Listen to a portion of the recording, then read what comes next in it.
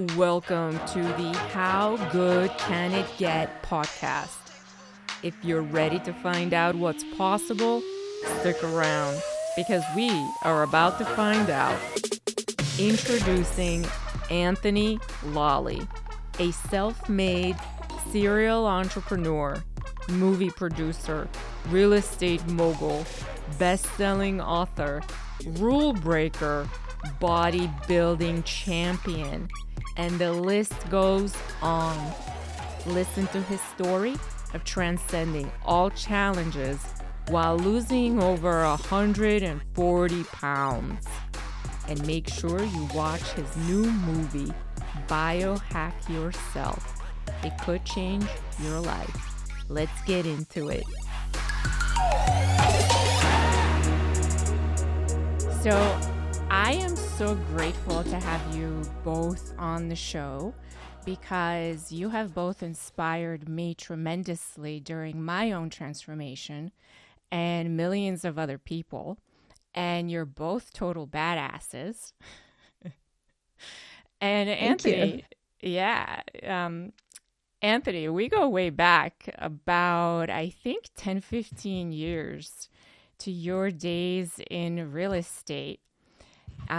You founded a successful real estate brokerage firm that became a franchise. You wrote a top-selling book, The Heart of the Deal. You produced a top-rated documentary from Fat Lolli to Six-Pack Lolli, the ultimate transformation story, not to mention the Super Lolli series. And now you're helping others, along with Tereza, with their own transformations, with radical transformations. But when we first met in the business circles and spheres of New York City, you and I were both at the top of our body weights. I remember I was at about probably pretty close to 200 pounds, and I'm 5'3". And I think you were probably at about 300 from what I remember. Yeah, I was 315 at my heaviest. At one point, I think even 320.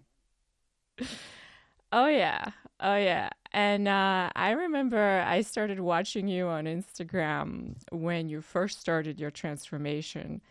And I remember thinking, wow, like that is an impossible and very difficult and challenging thing that Anthony's taking on as a businessman with multiple franchises, a beautiful wife, 2 little children, and I was in awe. I mean, just watching you day to day go through your entire workouts and your cardio and your strength training, the sweat, the blood, the tears, I was just very inspired. And then when Tereza started her journey to the stage, no less, that was nothing short of profound. I mean, the tenacity and the grit that it took. Plus, you were coaching her, so that couldn't have been easy. It was the best thing, actually. It was very easy. A lot of people actually say, how do you guys train together and like don't kill each other? For us, it actually brought us together to a whole different level that we now like are inseparable. Starting from that journey on, we just recognize each other's genius and each other's talents, and we started valuing each other more, and we realized like we're 2 peas in a pod. Oh my gosh, like if we just join forces and work on things that we are visualizing together, the world is our oyster. And sure enough, now we're, doing incredible things that we never even planned for. Yeah, I thought it was absolutely phenomenal.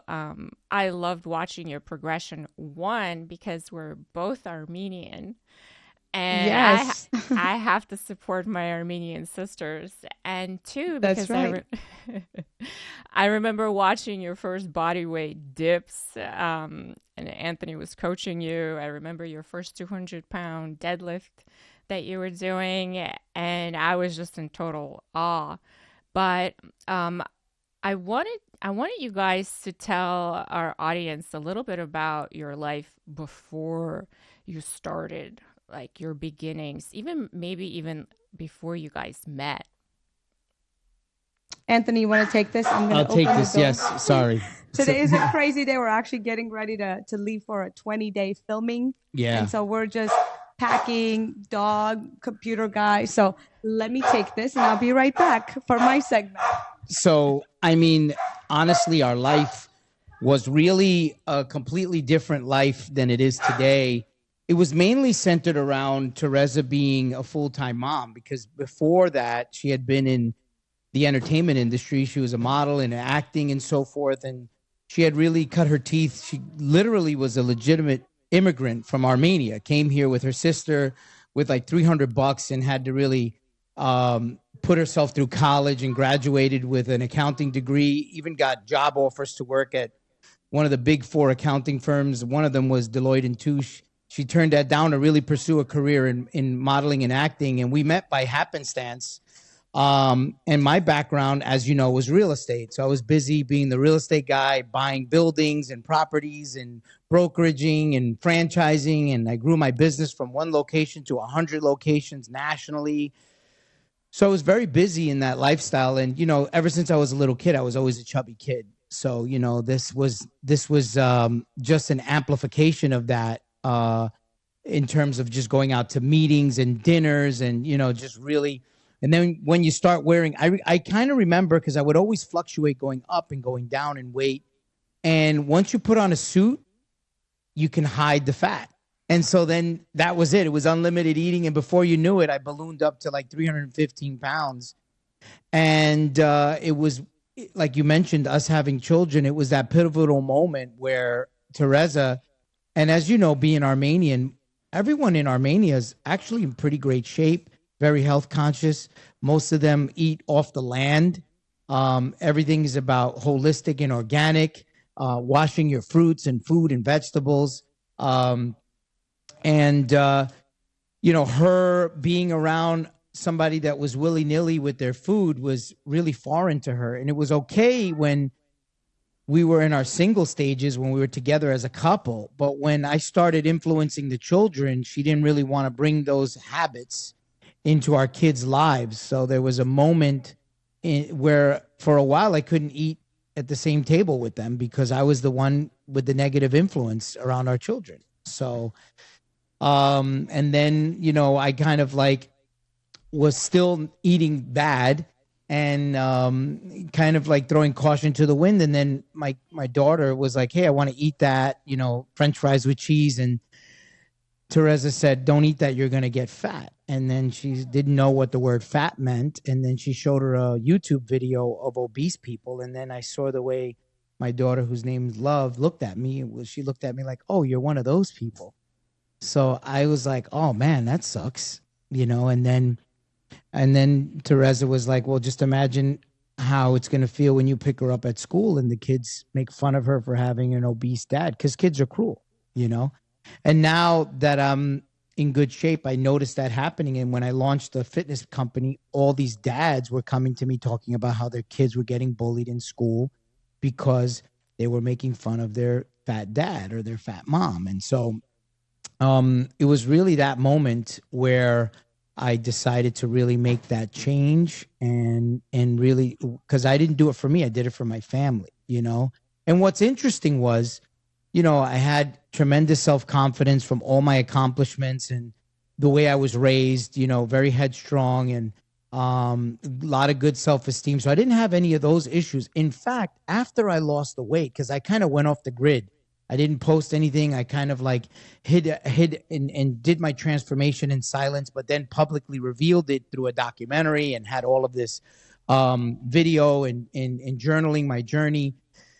Most of my friends were like, I didn't even think of you as a fat guy. And it's funny because, you know, like you look at a guy like Tony Soprano, like right from the, you know, you don't really look at him as a fat, obese guy, you know, but that was really my character as a CEO and a founder and a business leader. You're wearing these suits. I did dress well. And I had a lot of people following me, so they didn't really look at me like, I didn't realize that it was myself that I was thinking of myself. And I was obese, legit, you know? So to answer your question, our life was completely different back then. But I made that immediate change, and it really was, it really propelled us into a whole different world that we would have never imagined. What would you say the initial first few days felt like when you were just starting out? It felt like familiar territory, because I talk about it in the documentary. You know, everyone that's obese, and we all have our 10 to 30 pound tricks up our sleeve, whether we starve ourselves, whether we, you know, go on a water fast, or whether we hit the treadmill, or we do excessive exercising, or we go down to one meal a day, whatever our tricks are, you know, whether you do some sort of a California diet or whatever these things, we all have the capability for at least 2 weeks to 30 days to really kind of hold the fort. So I was doing my normal thing, you know, going crazy on the treadmill, you know, eating clean as according to what I would think is eating clean, you know, Subway sandwiches, maybe, you know, doing things that I normally wouldn't do. And then I realized that I was just, like Albert Einstein says, insanity is doing the same thing over and over again and expecting a different result. So this time I wasn't going to fail, because what had happened in my life was, this wasn't the first intervention that Tereza had with me. This was the second that involved my children. I mean, the first one was like, hey, I love you. I want to start a family with you. Let's, you know, get you healthy. Even though I was fatletic, you know, I was a chubby guy and I was still athletic. She was like, you know, if we want to start a family, we want to do things. So I went as so far as to get the gastric sleeve, but I did the gastric sleeve and I didn't want to do it. I just did it for her, and I did it to silence my family. But what I did was I lost 50 pounds, and then I stretched my stomach back out and gained 70. So that didn't work. So when that didn't work, I made the decision that I was going to be fat for life. And I told her, leave me alone. I want to die fat and happy with a macaroni and cheese in my mouth. I told her that. So I had made the conscious decision to stay fat forever. And that was my identity. And her second shot of trying to get me to do this was utilizing, kind of weaponizing the kids and utilizing that to influence me, which actually what did the trick. You know, otherwise I would have probably eaten myself to death or died from whatever was going on in 2020 with COVID and this and that. Who knows, you know, but the fact of the matter is I wouldn't be living the quality of life I'm living today, you know. So that's really interesting. So, you know, with all the stuff going on right now, there's a lot of, you know, there's gastric bypass. There's also a lot of different drugs on the market right now that are being used off label to target people that are looking to lose weight. And a lot of discussions going on around this, because it ultimately gets you to the place or to the result that you're looking for. But the question is always there, you know, are you going to be able to maintain that weight loss and not regain and double regain what you originally lost? What would you say was missing the first time around when you lost the 50 pounds? What was missing was the right goal and motivation. You know, most of us, especially if you have a lot of good things going on in your life, you don't have that chip on your shoulder that's going to get you past. You know, motivation is easy. Consistency is not. So what I needed was I needed to gamify me losing weight. I needed goals. I need measurable milestones. I needed coaching and mentorship, leadership, which I did. In the doc, I talked about I found a coach and I imported him and had him live with me from Ireland. And he taught me about, you know, nutrition. And then I hired different trainers. I tried CrossFit. I tried mixed martial arts. I tried bodybuilding. I tried calisthenics. So I tried all these different modalities to really fall in love with and create my own lifestyle. So once I realized that I didn't want to be Weight Watchers, because there's the Weight Watchers community, people that lose weight and then they hold up a big pair of pants next to them, but they still have their shirt on. When I realized I came across the word transformation, which basically means that I could completely erase and transform what I looked like in the past to something brand new. Like it was like, my background is real estate. So I know a lot about renovation and gut renovation and demolition. So if I was able to do that and actually completely change. So once I came across the word transformation, then I realized there was an entire community around it. I realized there was a lot of before and afters. And then I saw people that were 500 pounds, 600 pounds, losing weight. Then I realized about loose skin surgery. I said, wait a minute, I can completely erase those millions of French fries, those millions of cheeseburgers, and, all the pasta that I ate in a year's time. So I started, gamifying it. And then when I realized there was a competition world, and then I realized I could have a business. So it was really like incorporating all of these things and goals. Because you know what's interesting? Unlike any other thing, I don't know how we end up falling off the wagon. And I'll tell you why. The first day at the gym, if you're obese, it sucks. But the second day, the third day, a week later, you actually get to do more reps. You're less winded. So it's kind of like you're getting a reward, and all of a sudden, 3 weeks later, your pants are looser. You're starting getting compliments. Imagine a world where you get a job, and the first week you're getting minimum wage. The second week you're getting paid double. The third week, so you're constantly and then you quit the job. That's what happens when you're losing weight. I realized like I'm sick in the head, and I realized that I was sick in the head because when I had lost the weight from the sleeve, I put it all back. So I knew that I needed something. It was more psychological. And then you mentioned all the other things that are out now. There's the sleeve, there's the balloon, there's the bypass, there's Ozempic, Tirzepatide. There's a lot of different things. And I have my opinion about them. And I think that everyone is different, right? I know people that have gotten the sleeve and the gastric. And you know what? It helped jumpstart them. It helped motivate them. It helped them get over a hurdle. Then all of a sudden they start, realizing, oh my God, I'm skinny fat. Like I can't really eat that much. So I really need to stretch my stomach out again, but in the right way. I need to eat the right foods now and take in more protein because I lost all this muscle. I lost my fat, but I also lost muscle. Now I feel like a really flabby, skinny guy. So I do see people that are changing their life around because it makes them feel more confident. They're finally getting to see themselves with the loose clothes, and they needed that kind of like restriction to get them in a situation where now they can exercise self-control. It's almost like shock therapy. And so for some people it works. And now there's these new drugs that are out there. And I do know people that it works for. And I do know people that it works for temporarily, then they end up gaining more weight after the fact. So my best advice is get a coach, get a mentor, get somebody that's an accountability partner that's going to basically give you goals. And also, I think the big thing you should do is get a photo shoot, like have a deadline, photo shoot, competition, fitting into something, an event, a high school reunion, whatever it is, you need to have that.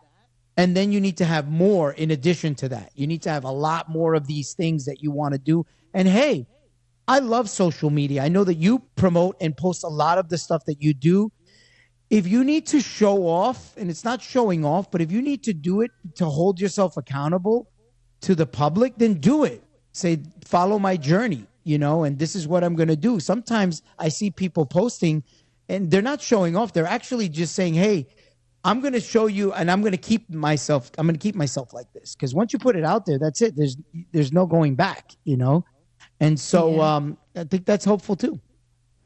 Yeah, absolutely. I mean, for me, one of the most interesting mindset shifts was discovering that I was actually an athlete, right? So the whole identity change from, because I'm just like Tereza, I'm an immigrant. I came here at the age of 13, literally with like $0 in my pocket because I was a child, but then had 3-4 jobs at one point. So it was all about working, going to school, all the immigrant stuff that's brainwashed into you. And it's like, Sure. Who the heck has time to work out? Like, Yeah. that's not on the table. You got to figure out how to make money, how to work, how to be successful, how to, climb the corporate ladder, do all this stuff.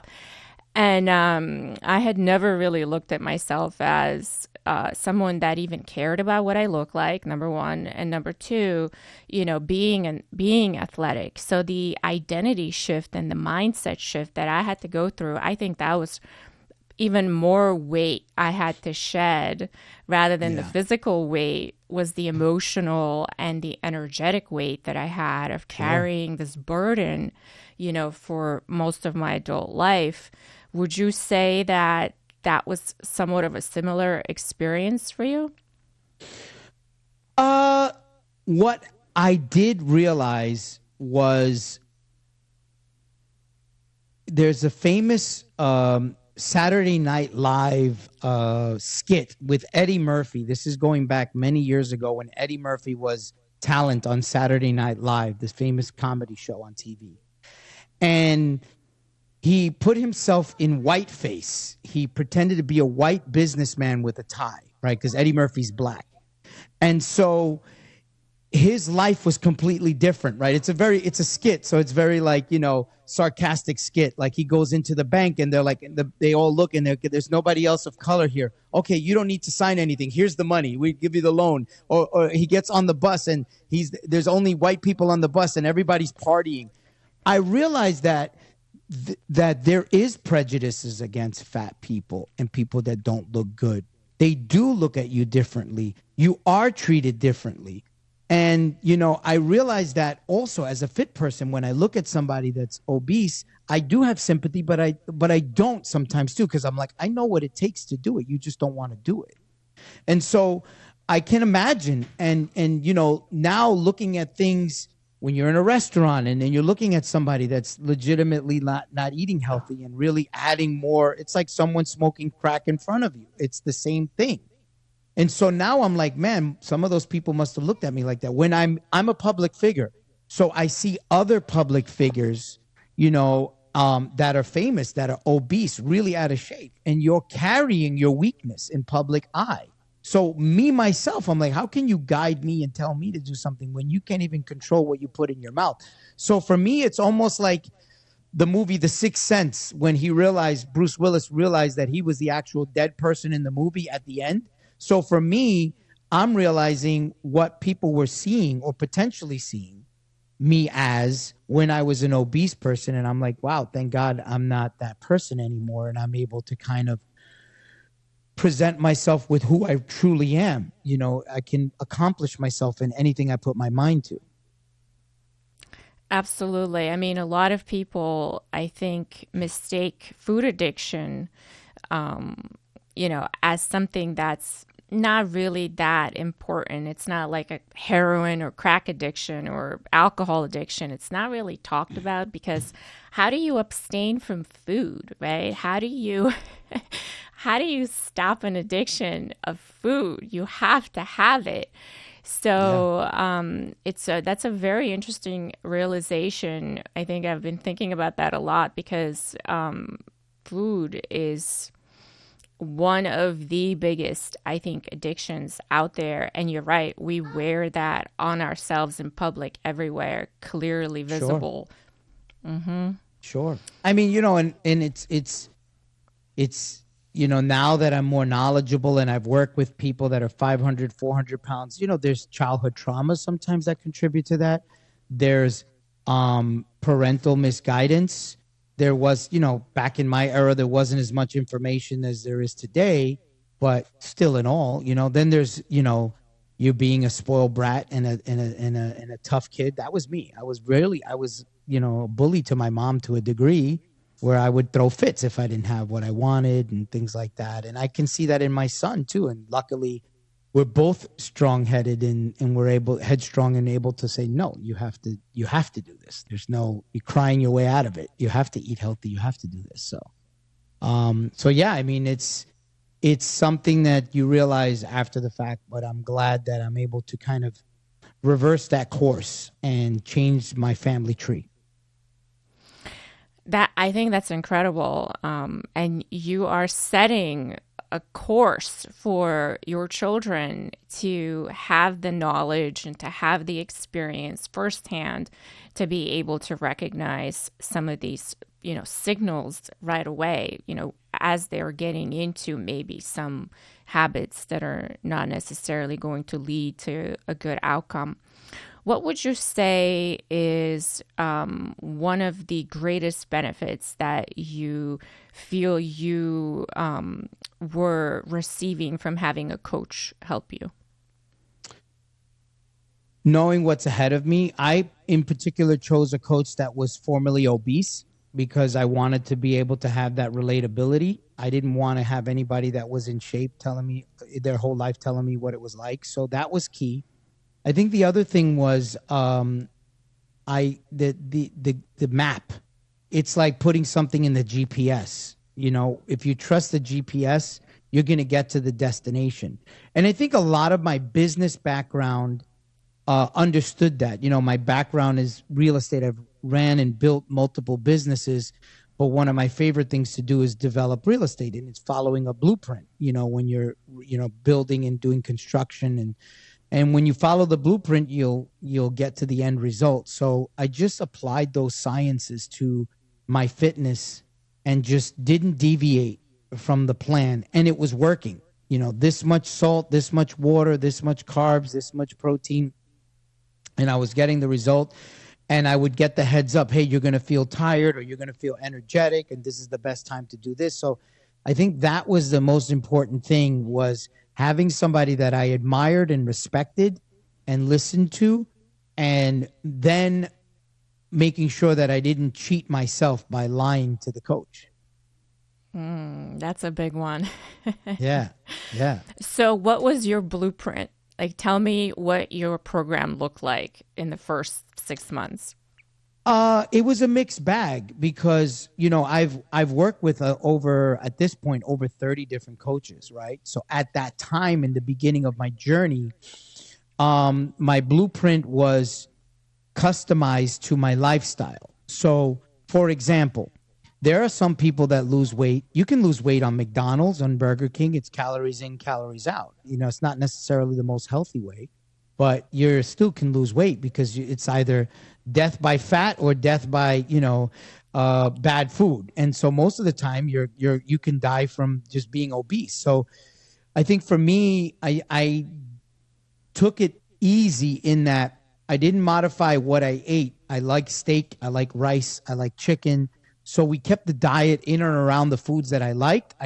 They were cooked differently. They were without less processed, less oils, things like that, which then I cut out the sodas and cut out some of the sugars and things like that. But I was still allowed to have cereal. So there was a concoction that was customized. Plus, I was okay about working out to the extremities. I liked working out. I liked moving my body. I liked lifting weights. So the diet had to be catered toward giving me enough carbs or enough energy sources to be able to handle those workouts and not feel drained.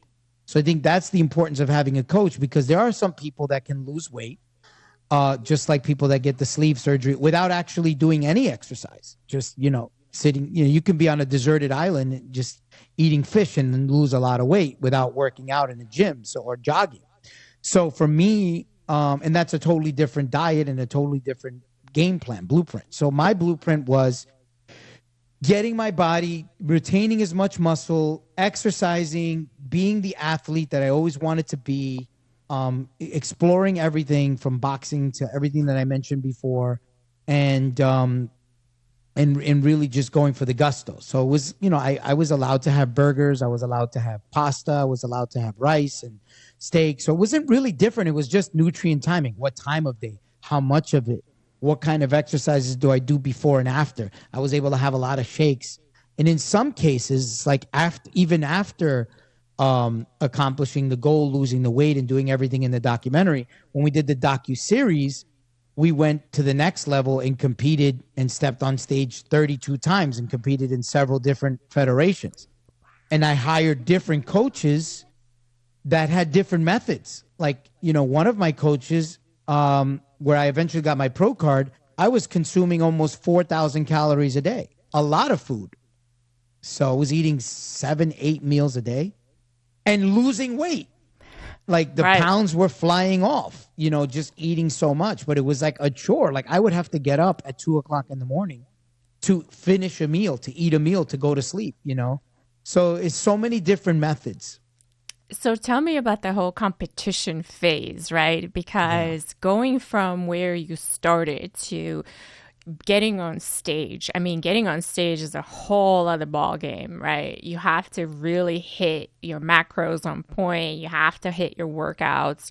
You probably may have even done a build. Tell me about the progression of how you got to step on stage.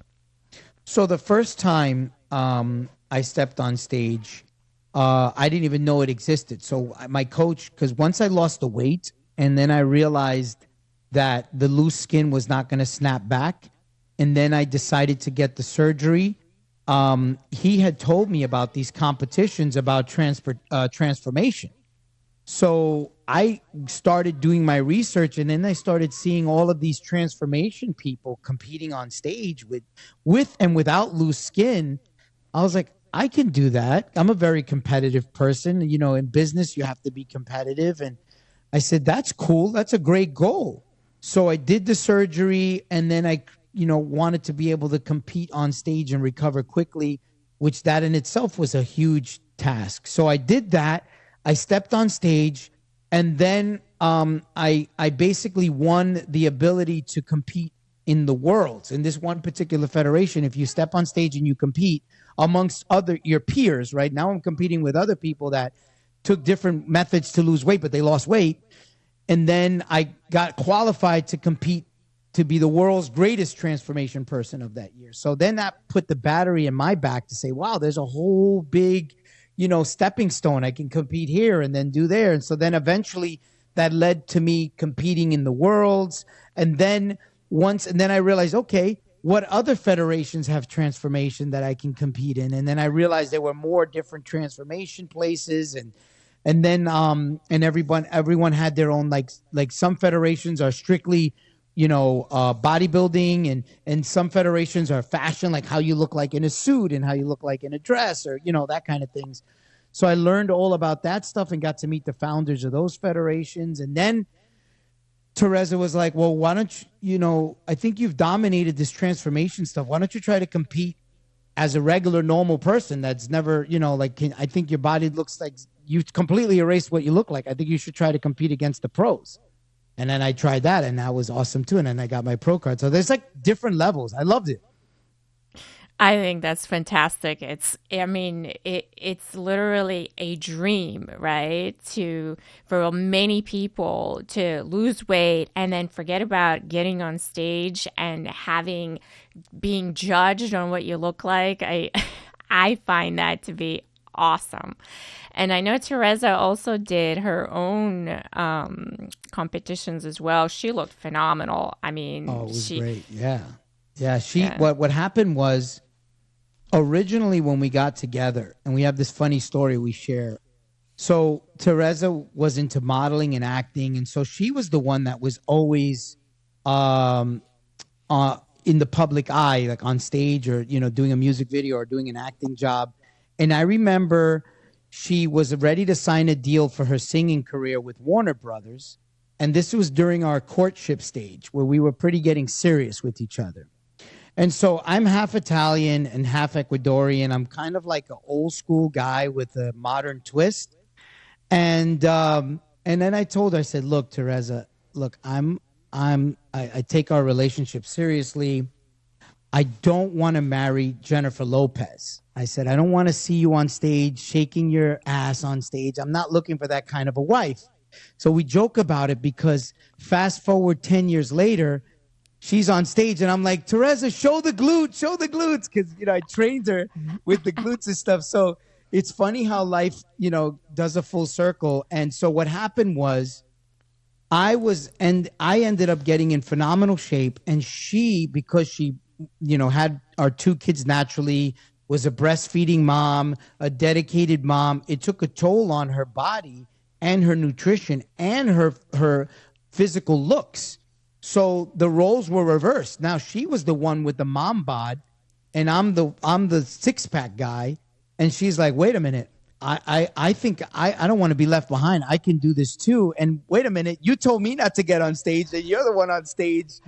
And so, and I said, absolutely, hon, let's do this together. I'm going to take you under my wing. You're not obese, but I'm going to train you with all the obesity methods that I think would work. And I tweaked it. There were mistakes that some of the coaches and trainers, not my nutritionists, but the physical trainers did, that didn't know how to work with obese people. Like, you shouldn't be doing box jumps when you're 315 pounds. It's, luckily I didn't get any injuries. But there's a lot of things that I learned that I applied with her to speed up the process too, to be able to get her in phenomenal shape, very strong, and also lead her down the path to winning. So the first time she stepped on stage, she actually won her pro card, which is in itself impossible to do. And if you look at her before pictures, she was very scrawny, flabby. And then, to getting on stage, she's like ripped, muscles, deadlifting 225 pounds, squatting 225 pounds. And she got down to 108 pounds of all lean muscle. And then she had to learn a posing routine. It was great. It was awesome. Awesome experience. Yeah, she looked phenomenal. I mean, she looked phenomenal before and after. So the Armenian genes. Yeah, it really is. It really is. So what would you say was the most challenging aspect of working together? Some people say it's the diet and this and that, but this actually brought us closer together. There's a lot of irritability that can happen when you're on dieting and under pressure, but that wasn't the case. Like, I had already been through the worst with the skin surgery, and she was there for me even before we went on this journey. We've gone through all of our things, and I think we were both on a mission to better ourselves, and in the process we became even closer than we would have imagined. We were already close and we were already in sync, but just to be on the same path. And I think there was no challenges other than there were some parental challenges in that we love being around our kids all the time. Our kids are our best friends. They're like our couple friends. Like, we hang out with them and we do movies together now. We're in a lot of different things. But there were times that the kids required a certain amount of attention. And when you're preparing to go on stage or, the week of peak week and stuff like that, those were like the challenges of like, how do I have that balance of giving the kids the time and attention and then also focusing on the specificities of the diet. So we kind of showed that in the docuseries, but then there were times that we didn't bring the kids to certain competitions, like when we went to Europe and things like that. That would have been too much, So that was the only challenge, I would say, as a family. What would you say was your most irrational fear about getting on stage? My most irrational fear about getting on stage, the getting on stage, it reminded me a lot of when Tereza was pregnant the first time. And I looked at her and she looked at me. I was like, it's too late now. There's no turning back. That baby's coming out. Like, when you're about to get on stage, it's too late. The more you prepare, the more you're posing in front of the mirror, the more you're imagining yourself and you're applying the law of attraction, the power of positive thinking, the visualization and vision boards. You've already been on stage in your head. So that we practice even before we got into the weight loss journey, and we practice it still to this day, is manifestation. And so I was just, living the movie that I already played in my head. So I didn't really have any reservations or fears or pitfalls or setbacks or anything like that. It was more like, and I had a lot of friends and family supporting me there. So, and then the second time when Tereza got on stage, she was prepared. Like, we had done these rehearsals, so we were ready. I can't really think of anything other than, and then for her to win her pro card the first time, we were like, whoa, this is crazy. Like, but when you train for it, it's like, it's no such thing as luck. It's like you're preparing, Exactly. How would you say people are treating you now? Like, if, let's say you haven't seen somebody in a really long time, Like, what's their reaction when they see you? You know, a lot of people have heard about the transformation, saw the documentary, and people have reached out to me, and they continue to do so. The documentary is out, and a bunch of others are out now too, and similar style documentaries that we've produced. But for the people that haven't seen it or haven't seen me in a while, that are like not on social media or anything like that, they don't even recognize me. Some of them are like, Anthony, like, whoa, like, things like that. They don't recognize me.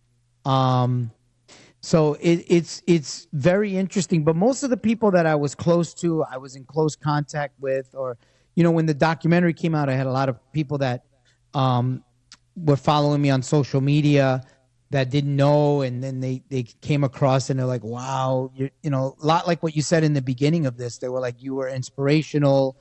I had so many men reach out to me about the fact that they wanted to commit suicide, and they felt that God put this on their recommended content and it gave them hope.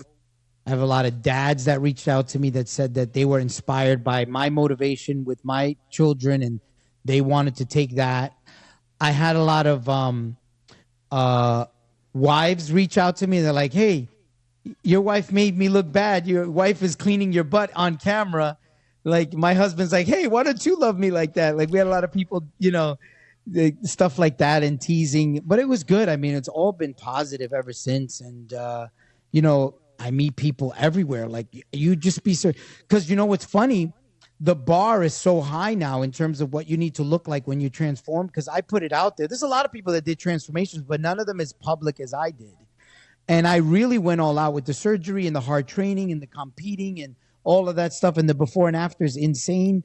So the other day we're somewhere and I see a police sheriff, and he comes up to me and he goes, you're Lolli, right? I'm like, yeah. He was like, I used to be this way. So they show me their before people. I used to be 400 pounds and, it was your documentary that inspired me and this and that. So I get a lot of that, and that's awesome. I love it. That's fantastic. Congratulations. So that leads me to my next question. What is the ultimate dream, right? What is the thing that you, in your movie, in your head, that you're manifesting? What is it that you want to be remembered for? I think I'm living my movie now. I'm doing everything that I wanted to do. Otherwise, I wouldn't be happy, and I've made a significant impact and continue to do so in the fitness world to people that can relate to me. And most recently, I produced a documentary called Skin Deep about a kid that I met who was 500 pounds. And he was actually, he lost like 300 pounds. And he couldn't afford the loose skin surgery. So I met him while I was shooting my docuseries and competing on stage, and I liked him. I said, you're an awesome dude, man. Let me take, because he couldn't afford the surgery. A good loose skin surgery can run you $30,000-$40,000. So I did a documentary about him getting the surgery that we sponsored, and he looks incredible. He ended up winning the 2023 WBFF Transformation Champion. So he has 2 transformation winnings under his belt: summer shredding with the loose skin, and WBFF 2023 without the loose skin. And then that documentary opened up a whole nother world, because there are a lot of 500, 600, 700 pounders out there that looked at me like a skinny guy. They're like, you were only 315. That's not my problem. I'm 500. I'm 450. So I was able to touch that category by virtue of Alex Porro and his documentary, which makes me feel really proud, because that just came out. That won like 20 awards, and it's been trending on Amazon. And I'm getting a lot of new fan base following me on Instagram and messaging me, and then also looking at Fat Lolli and the docuseries. That's all being recycled because it now becomes its own recommended content. Like, people who watch Skin Deep would like Fat Lolli to Six Pack Lolli, who would like to watch the Super Lolli. So what's happening is it's like a resurgence of new people that are in that mindset, because you're not going to watch any of our documentaries unless you're ready to make that change. because the algorithms are the algorithms. So you have to be typing in weight loss or Ozempic or something that is going to make you want to, that my stuff is going to come across your feed, including my Instagram. You know, you have to be searching to find me. But once you do, you're immersed in my world. Then you start really looking into it. Then it starts saying, okay, here's the blueprint. You know, so and I think I do a pretty good job of being transparent. Like, this is what I did. This is what I do. Here's what you can do. And so, and I try to be exemplary in all things in my life, you know? So, Anthony, so what is next for you and Tereza? This is a really intense time for us because we are shooting. Now I'm into the biohacking world. So Nice. biohacking is next level. So I learned everything about transformation. I learned everything about how to look good on the outside. Now we want to look good on the inside, you know, like Yes. really, we want to stop aging because our kids are incredible and we want to be able to be 100 years old and look and feel like we're 50, you know? And so now our mindset is like, how do we freeze our biological clock, you know? And we're really deep into checking our blood levels, you know, red light therapy, PEMF, everything from the kind of food that we take in, from radiation, from everything out there. We're realizing that it's death of 1,000 needles, right? Because if this doesn't kill you, it's the water. If it's not the water, it's this, and this is attacking you, and it's that, and it's the sugar, and it's so we're realizing that if we eliminate a lot of those things and really adopt a new lifestyle and add certain modalities and certain things in our lives that can help prevent things and also heal things. And now we're exploring with fasting methods and different things like that.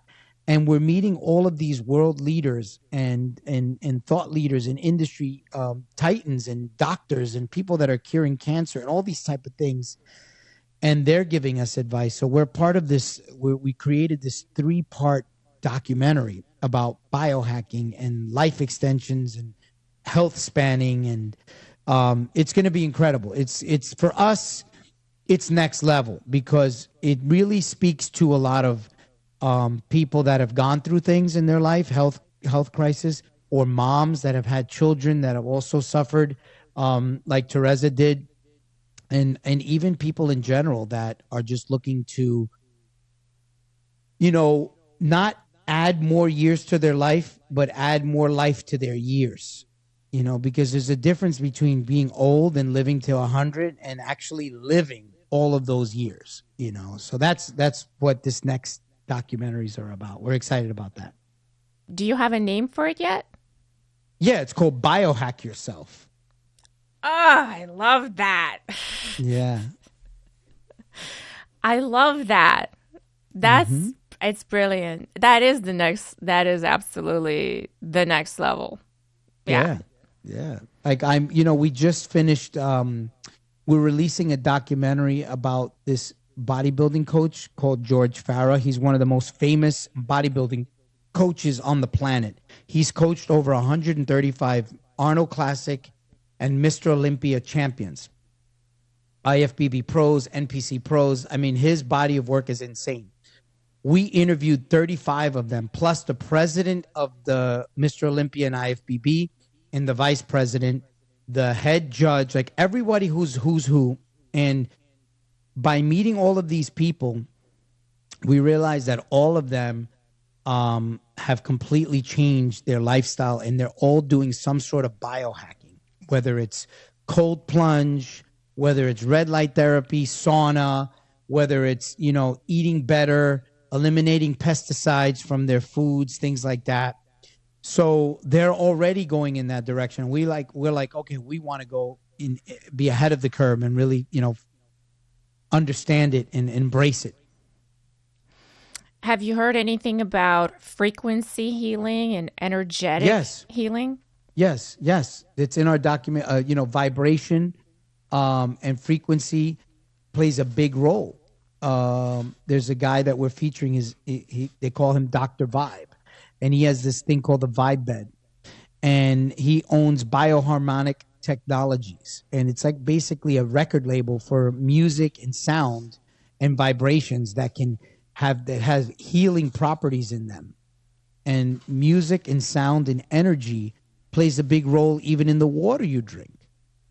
So we're learning about all of these different things that are just bricks and stepping stones and building blocks to a more healthy and successful life. Yeah, that's one of my philosophies. I feel like our physical body is a representation of our energetic and emotional body, right? Correct. So a lot of times people try to get their physical body in order and they fail over and over and over and over again. They do all these different diets and all these different things.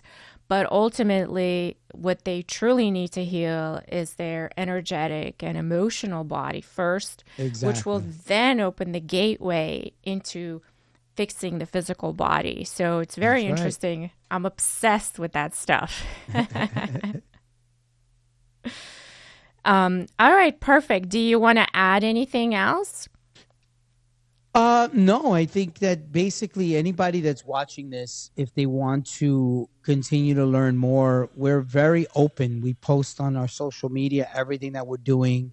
We're now launching several other Instagram and YouTube pages that are dedicated to the documentaries that we're doing that show you some more behind the scenes and some of the making, the production work that we do around some of our documentaries. They feature a lot of people that we interview one-on-one. And so our work is really different because it's like a documentary and a podcast had a baby, and that's basically, and then we sprinkle in entertainment. That's the kind of work that we put together now, and we love it. I think that's fantastic. I think that's the best of both worlds, and you're teaching people how to live better, be healthier, take care of themselves, and learn about all the latest technology that's coming out that can help us live to however long we want to live to. Exactly. So I'm obsessed with this now. I want to know from your experience, you've subjectively experienced it, but now you also have experience with hundreds of other people that have been successful. What would you say are the 3 top qualities or traits that will help a successful transformation to take place? The number 1 is getting a coach. The number 2 is changing your circle immediately. What did it for me was I used to think when I was obese that the people that had 6-packs and looked ripped didn't have to work hard for it. They could get away with eating anything they wanted. And it wasn't until I started hanging out with these people because I gained their respect from putting in the hard work. And so even when I was obese, they would kind of be like, hey, root for me. If I was in the gym at 6 o'clock in the morning working out, why is that guy with the 6-pack in the gym at 6 o'clock in the morning working out even harder than me? And then when I would become friends with this guy and that guy and this guy that looked incredible, that had the dream body I wanted, let's say we went out to lunch, right, which is rarity. A lot of them were eating their own food that they cooked at home. So that was number 1. But let's say, because we became friends and, I had significant advantages. I'm an entrepreneur. I'm a business owner. So I was able to kind of network with them and kind of get into these circles that are not normally that easy to get into. And let's say we had a pizza. The conversation for at least 20 minutes was about how they needed to work off that pizza. They needed to this was like a big deal. You know what I mean? That they're having this pizza. So they're like consciously talking about, man, I got to do it. And tomorrow I got to get in. I got to work this off. Or I want to get an extra workout in. Like there was conversations around this one slice of pizza. And I'm thinking about how I used to finish a pie 3 times a week by myself without even worrying about any workouts. These people were talking about doing extra time on the treadmill, stepping, walking to the gym instead of driving to the gym from one slice. So I'm looking at these guys. I'm like, oh, I get it. Much like how I have to work hard to maintain my success, you have to work hard to maintain your physique, and you have to make a conscious effort and add this to your lifestyle. So that was what happened. And so that was the main takeaway. So that's number 1, get a coach. Number 2, really find a new circle of friends, because there's going to people that are going to be jealous of you, people that are going to constantly tempt you to try to do things, people going to throw you off subconsciously or consciously to kind of take you off track. The third thing is really recognizing what is it that makes you want to kind of be a, what do they call that? A sadomasochist, a person that likes to get beaten, right? So like a person that likes to be tortured. What is it about the fact that you don't like the way you look in the mirror? You go to the mall, nothing fits. You stand sideways, you look horrible in front of the mirror. You have 3 different sizes of clothes in the closet. And yet you lose weight and then you fall off the wagon because you want to feel that pain again. So you have to kind of deal with the fact that you have a problem. And, you know, do you really love yourself? Or maybe you don't love yourself. Maybe you need to learn to love yourself. And maybe you don't have to love this current self. Maybe you should fall in love with the future self that you want to create and focus hard on doing that. So those are, I think, the 3 best advices that I would give from my purview. And then also immerse yourself in the transformation world. Like the podcast that you're doing right now. It's focused and centered around, you know, incredible transformation stories. Listen to that instead of other nonsense or Game of Thrones or any of these other things that are not going to put the right mind vitamins in your head. So look at more transformation people, follow more podcasts, you know, and attend some transformation competitions, get in the world. I think that is brilliant, Anthony. I could not possibly end this podcast on a higher note. Thank you. I love you. You've done phenomenal. Thank you. Thank you so much.